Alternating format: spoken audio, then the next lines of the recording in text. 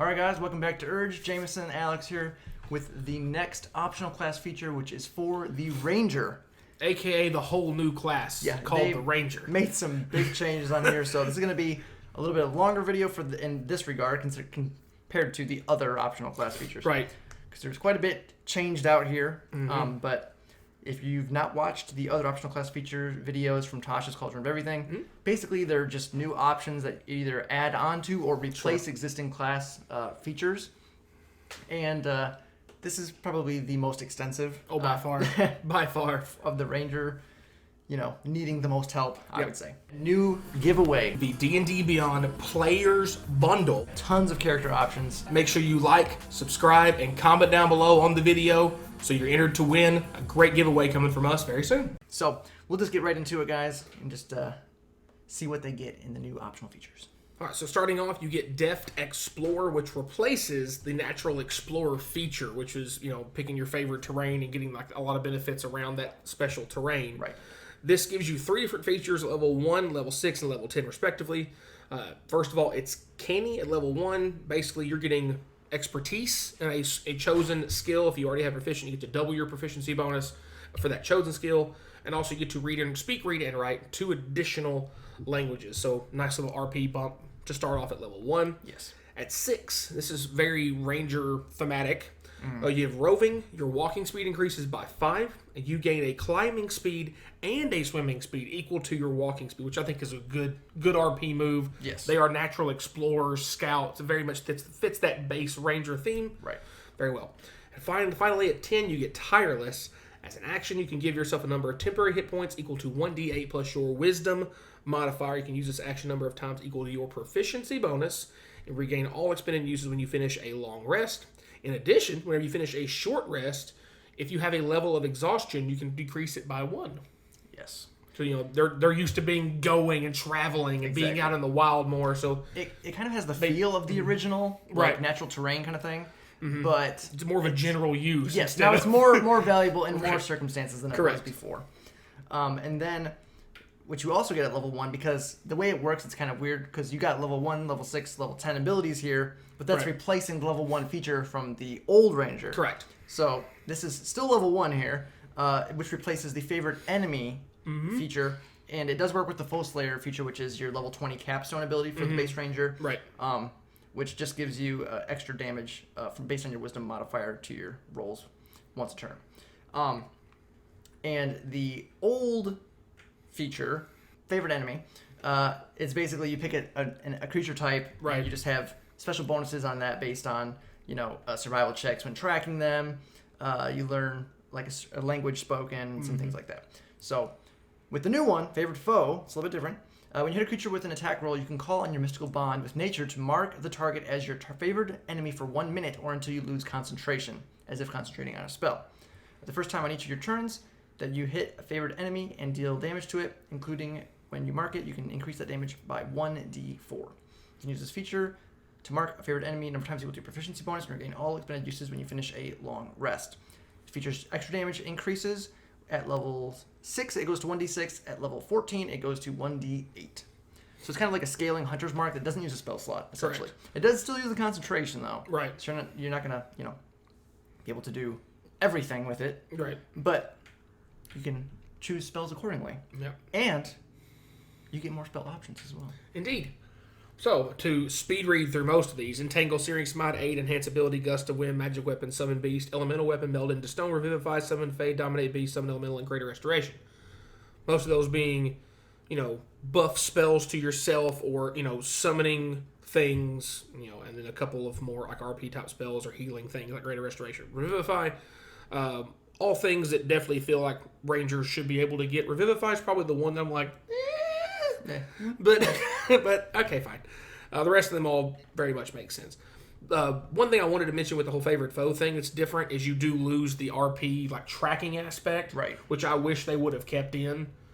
It's just like if your favorite enemy flees, you can still be able to track it easier because you've already kind of like as long as you're able to hold that concentration on it for a little bit, something like that. Wish that would kind of hold a little bit more, but nitpick. Also at level 2, because Rangers fighting style, you have 3 new fighting style choices. You have blind fighting, so you have blind sight with a range of 10 feet. With that range, you can effectively see anything that isn't behind total cover, even if you are blinded or in darkness.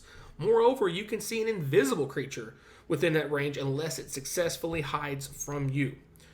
Druidic Warrior allows you to learn 2 cantrips of choice from the Druid spell list. They count as ranger spells and use your Wisdom spellcasting modifier for that. Whenever you gain a level in this class, you can replace one of these cantrips with another cantrip from the Druid list. Basically, it's helping you get access to the things that Artificers gets, because Artificer gets cantrips, but the other 2 half-casters don't get cantrips, so it's a choice. You do give up your fighting style to get them, but... Correct. So, but it does help you be a little bit more rounded if you don't want to be... Especially if you're not wanting to be like Archer Ranger. If you want to be maybe more in melee, it would give you access to a ranged spell that way. Or if you want to just access some extra RP options. Right. Druid Craft and, think that kind of thing. Guidance as a cantrip. There's definitely some choices there.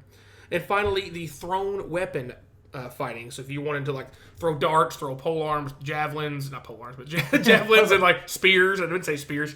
Anything like that that has a thrown property. Basically, it's like Archer. You get to add +2 to the damage roll instead of the chance to hit. So kind of it's in that same vein. So again, just more options, and it's never a bad thing to have more options to choose from. Yes. You also get the option for spellcasting focus. You can use a druidic focus as a spellcasting focus for your ranger spells. It might be something like a sprig of mistletoe, or holly, wand, or rod made of yew, or another special wood, staff drawn whole from the living tree, or an object incorporating feathers, fur, bones, teeth from sacred animals. So just a way to be able to, have a focus instead, because the original ranger... I don't think they are able to use a focus. So if you had any components, you'd have to actually have those and use those. Correct. It just gives you a way to make it a little bit easier. Correct. On that side of things. Like druids and clerics and wizards and managing things. Other full casters have access to. And then at level 3, this replaces your primeval awareness feature.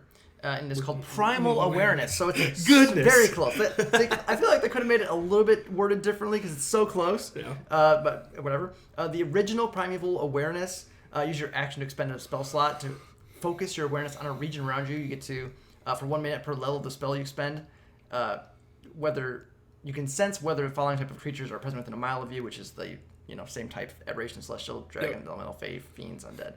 Non-humanoids. So it's kind of just a way. It's kind of like another way to know there's something nearby for trying to track something. It's like a cheaper way to do that. But instead with this, you can focus your awareness through the interconnections of nature. You learn additional spells when you reach certain levels in the class if you don't already know them. As shown in the table, these spells don't count against the number of ranger spells you know. Freebies. Yes. They are, as you will see on screen, at 3rd level we have Speak with Animals, 5th level Beast Sense, 9th, Speak with Plants, 13th, Locate Creature, and 17th, Commune with Nature. And the kicker for all of it is you can cast each of these spells once without expending a spell slot. Once you use it that way, you can't do it again until you finish a long rest. So it's basically just once a day you can cast them for free. They are all RP, so I guess this kind of makes up for your tracking thing, since at the 13th level you're going to get Locate Creature, so it's going to kind of help a little bit with that. So it is what it is. And then at level 4... This is the stickler one that we've seen on a lot of the optional class features. Martial versatility. Whenever you reach a level in the class that grants an ability score improvement, you can replace a fighting style with another fighting style available to rangers. The replacement represents a shift of focus in your martial practice. So one of those things that some DMs where it's not in the book, you can't do it. Right. Now it's in the book, you can do it.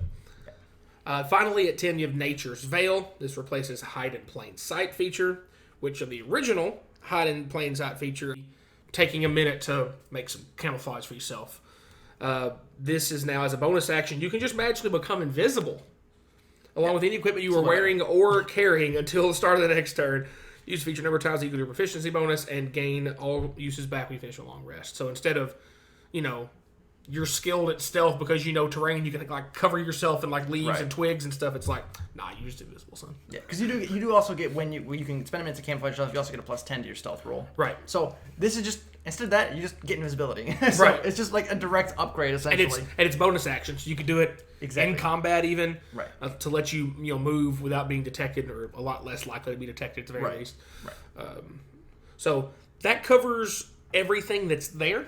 As far as abilities goes, quick little discussion about, kind of how it helps. Biggest thing I think for me is I really like the Deft Explorer because it further helps Ranger stretch out and really focus in on what it's thematically supposed to be. It's the scout. It's the one that's out there in nature and things. It's not a druid magically connected to nature that way, but it's just so used to being out in the wild. It knows how things operate there. So being athletic and getting climbing and swimming speed completely makes sense. Yeah. Giving it, one thing to be an expert in is like if bards can do it, why can't they do it too? Right. It's just going to be instead of persuasion and deception and charisma based stuff, it's going to be knowledge about the world around them, right, and things. I think one of the things too to keep in mind is it says you can take this feature which replaces another feature. So like the Deft Explorer replaces the Natural Explorer, and the Favorite Foe replaces Favorite Enemy. Mm-hmm. So maybe for whatever reason you don't want or need that like pseudo Hunter's Mark from Favorite Foe, right? Because you're like, well, I'll just use Hunter's Mark or I'll use Elemental Weapon. I need that concentration, and you just don't want to have that. I mean, being able to have an extra damage that doesn't require a spell slot is nice to have because then you can use spell slots for other things.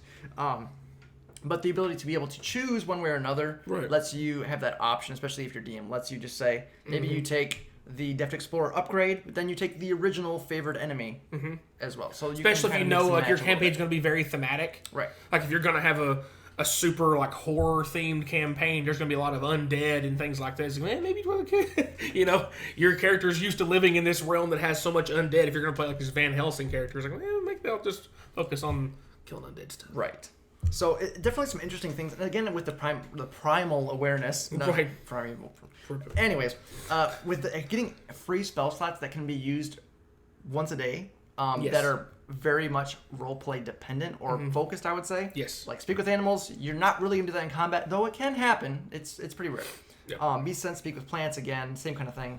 Locate Creature, that's definitely not going to be something that you're going to be doing in combat. Doesn't really make much sense, considering, I guess there's always these niche options where it's like something goes into the ground or something, and I guess there could be some very niche uses, but it's primarily focused to be roleplay stuff on here. Yeah. Which is nice because then you can use your spell slots for more combat. And that's the other thing that I try to stress when we have conversations about some of our deep dives and things like this is you don't always just look at the immediate effect. Right. It's the secondary effect of, because you have access to these, it now frees up spell slots to either be more aggressive in combat or to have access to other RP spells because you have these in your back pocket that are freebies. Right.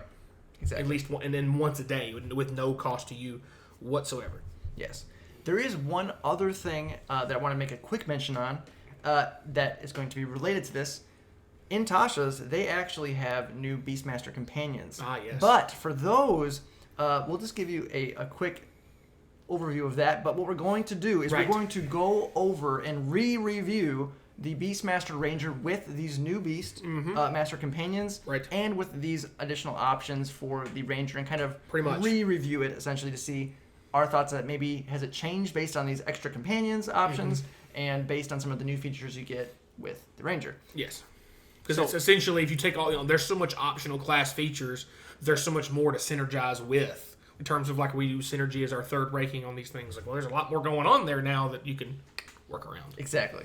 So basically, just a quick overview here. If you want to see the full breakdown, make sure you check out a video that we're going to be posting on Thursday, which will be the Ranger Beastmaster re-review. Yes. We'll go through in more detail. Got it. Okay. But basically, there's 3 options that you can choose, and you basically summon a beast versus having to like tame a beast. And you can do it when we finish a long rest. You can summon a different beast, and there's one for land, one for air, one for sea.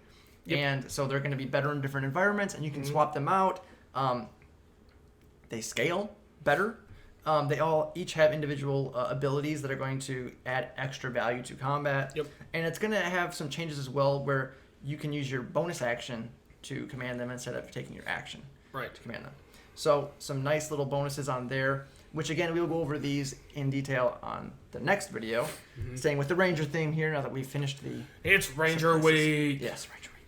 So if you want to see more about that and see how this actually impacts the Beastmaster Ranger, make sure you check out our next video coming out on Thursday.